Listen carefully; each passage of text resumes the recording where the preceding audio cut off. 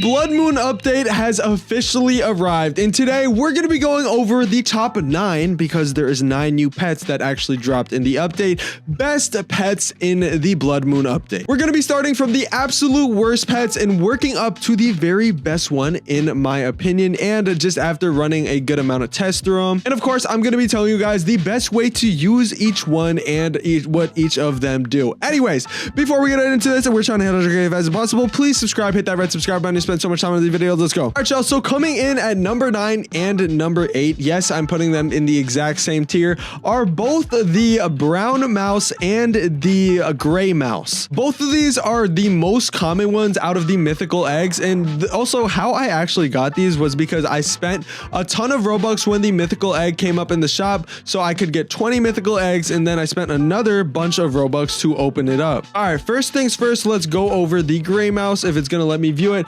This one, every 10 minutes it gains an additional 511 bonus experience, and the main thing it does is grant an additional 10.23% increase to player movement speed, which means if you do have a bunch of mouses, it would mean that you move a lot faster, but that isn't actually useful for pets in the game. Plus, it isn't even really useful for moving around anymore because there's this thing called a recall wrench. I do think it's pretty cool, but not actually that good. Same thing with the brown mouse. It's actually the exact same thing. So if you have the brown mouse, you will be able to jump 10.34% higher.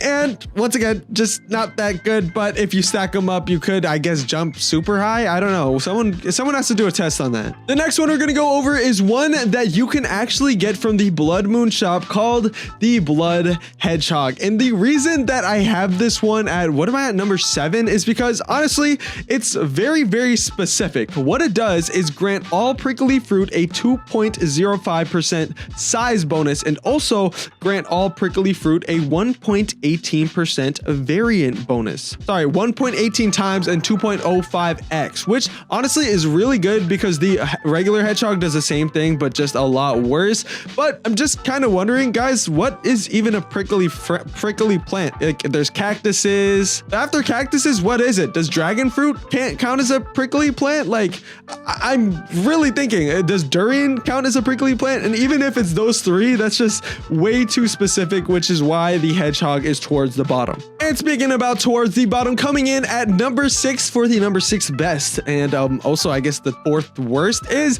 the blood kiwi. Where is it? Yep. Why did it just not spawn by me? I have no. Okay, here he is, stuck in the ground. But the reason that I have the blood kiwi in pretty low spot is because I think that almost every single thing, unless it would literally instantly hatch the egg, every single thing that actually helps your eggs hatch is honestly not that good. Here's why. Even though the blood kiwi does increase your egg hatch speed by 20%, meaning on an 8-hour egg, it would be like, I don't know, something like 6 hours and something, and every 60 seconds goes to the egg with the highest hatch time and reduces it by 45.2 seconds. Even though this is the best thing to actually help hatch your eggs in the game, guys, 90% of the time, I know for a fact that you guys are just setting your eggs there and you're like, oh my gosh, this is gonna take forever, and then you just forget about it. Like, let's just be for real. Like, most of the time, I would just recommend go to sleep after hatching your egg, and you're gonna wake up and it's gonna be hatched. All of these, unless there is one that genuinely fully hatches an egg, even if it's like a low % chance to do it, that would actually be useful. In my opinion, this is just not that good compared to the other plants. I don't know why I said that, I meant pets.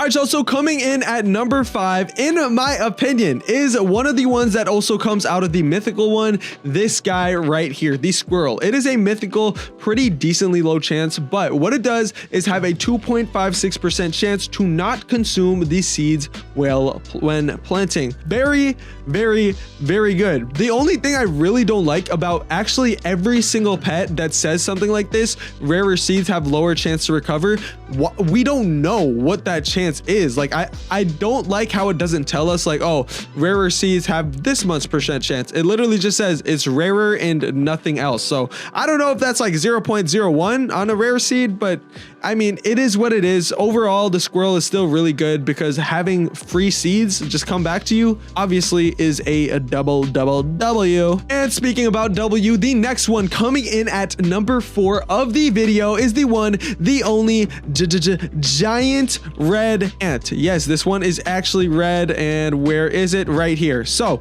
what it does is have a 5.15% chance that harvested crops duplicate, and also have a 5.15% extra chance for fruit type crops to duplicate. And why this is better than the regular giant ant is because they almost have the exact same like crop duplication percentage, but most of the plants that you guys have in Grow a Garden are fruit. Like, let's be real, grape is one of the best plants.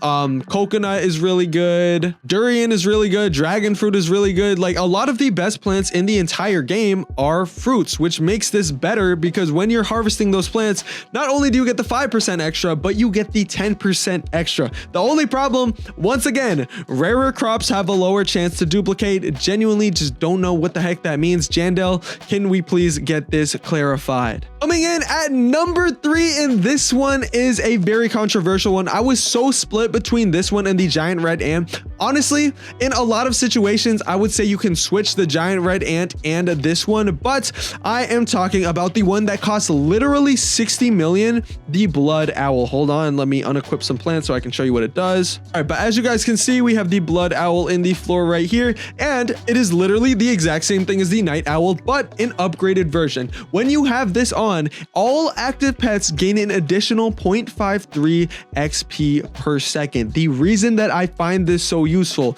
is because not only, I mean, obviously it's just going to help your pets level up faster, but if you guys want to get these pet upgrades, this is the best pet to do it with. I'm going to be so real. One of the most important things in the game right now is getting the max pet equipment slots, because when you guys have the max pet equipment slots, you can have more and more pets stacked on top of each other, which just multiplies and multiplies and multiplies all of the earnings and all of the boosts that you actually get from your pet. And obviously, since this is a better version of the night owl, which was previously the best one to do this, that is why this is one of the best pets in the game. All right, I put it top 3, but the next one that I'm going to list is one that I unfortunately do not have, and the wiki of the game also does not have it, but it is the red fox. It comes in a new mythical egg and has a 1.49% of hatching. Guess I wasn't that lucky today, but its main ability is that every 10, like around 10 minutes, it will try